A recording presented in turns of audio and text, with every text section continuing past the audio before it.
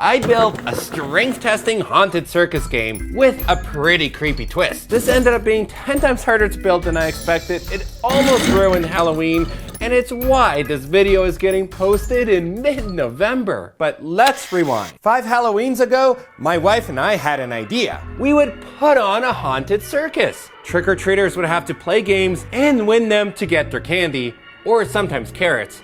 Kids loved it, so we did it again next year, and the next year, and the games went from a cardboard box with balloons to more elaborate woodworking creations to adding just a bit of electronics to full-out haunted experiences.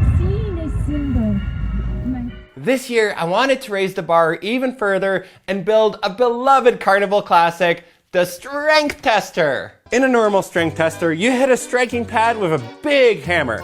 This sends a puck flying upwards on a tower, and if it hits the bell on top, congrats, you win. But unlike these mechanical versions, I was going to make one using electronics. First idea, you have a target with a sensor. When it's hit, simulate a puck flying upwards using LED lights. This is the design that I probably should have stuck with.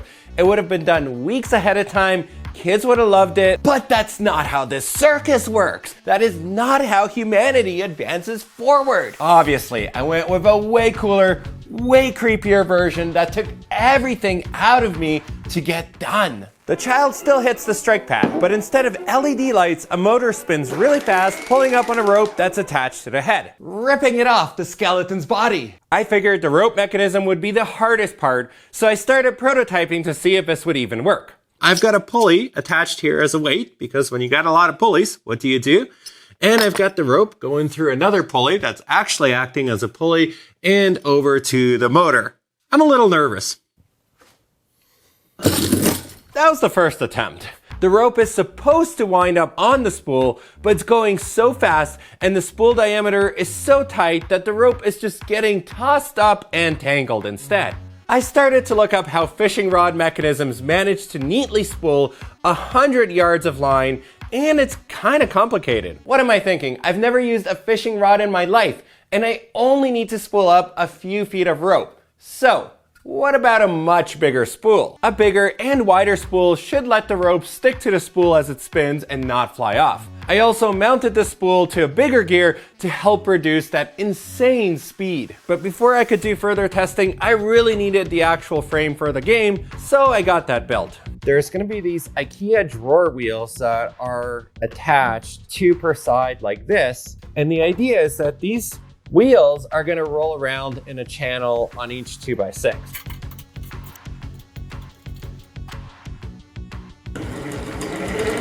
That kind of worked several times, but then suddenly,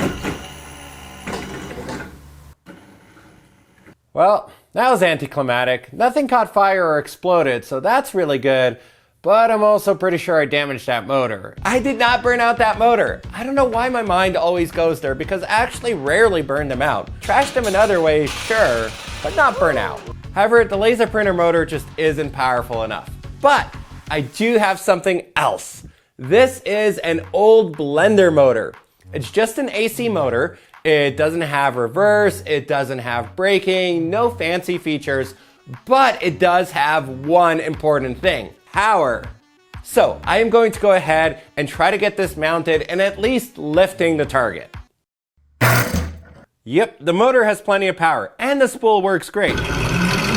But we have a new problem. The blender motor just sort of starts, full tilt. That's probably great for getting blades moving inside of a frozen smoothie, but the sudden start and high speed are doing a number on the 3D printed gears.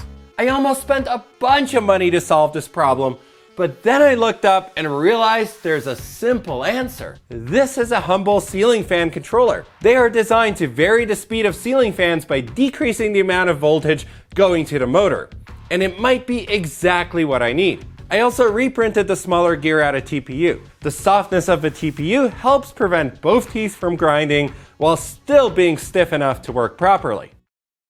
Whew, that worked! That actually worked! You can see how smooth that was. It was fast enough that it's exciting because it is a head being ripped off, but it's no longer destroying the gears. This is perfect. Okay, there's actually an amazing amount of things to still do on this thing. And fortunately, nothing else will go wrong, so let's get to it.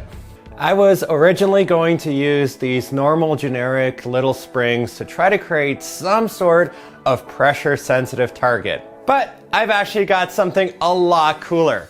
This giant spring that I got from Facebook Marketplace. I'm gonna use this with some sort of target on top, and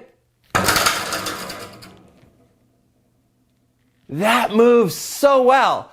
This is perfect. I'm definitely gonna be able to measure this motion and see how hard the kids hit it. You'll see how.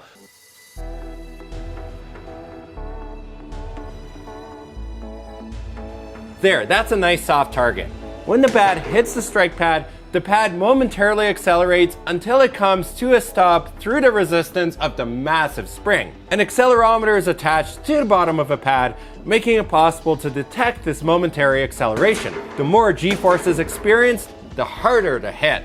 When the hit is detected, an Arduino turns on the blender motor. This causes the head to fly up and to pass a series of Hall effect sensors mounted to the frame. A giant magnet attached to the back of a head triggers these sensors as it flies past them. When we've passed the right sensor, depending on the strength of a hit, we cut the power to the motor, allowing the head to come to a stop. There was actually hope here.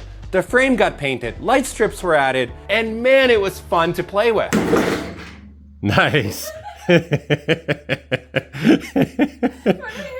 Where are the muscles? So here's how the final thing will work. Your buddy stands over there to hit the target, and you kind of just put your head here. I've been told by lawyers that I must make a statement.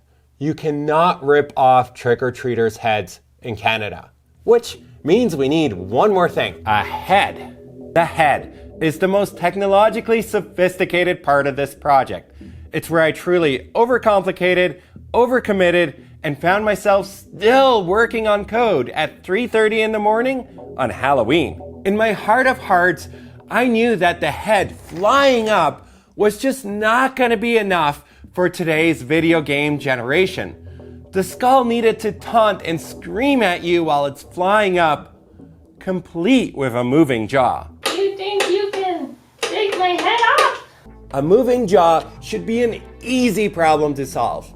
All you have to do is attach a servo motor to the already hinged jaw, then write some code to move the servo angle in proportion to the amplitude of the waveform as the audio is playing. You don't even have to understand what any of what I just said meant though, because AI can literally write the needed code in seconds. Except for one problem. I did not want to ruin the illusion of the head detaching from the skeleton's body by trying to run cables to it. That is amateur hour. But that also meant a completely separate battery-powered set of electronics built into the head itself that can independently detect how high the head has flown, and then play the correct audio file to a Bluetooth speaker with synchronized jaw movements, of course. Yeah, I don't know why I'm like this.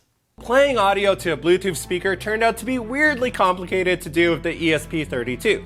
I won't bore you with the details, but the libraries for this seem to change every fortnight, every online tutorial is outdated, and playing the audio in real time has its own complications. So with just 24 hours left, I gave up on the moving jaw and rewrote the code to play sound through a Pi hooked up to a normal speaker. But hey, you can judge the end result for yourself. You look pretty scrawny. Can you even lift that bat? Oh my god, it works!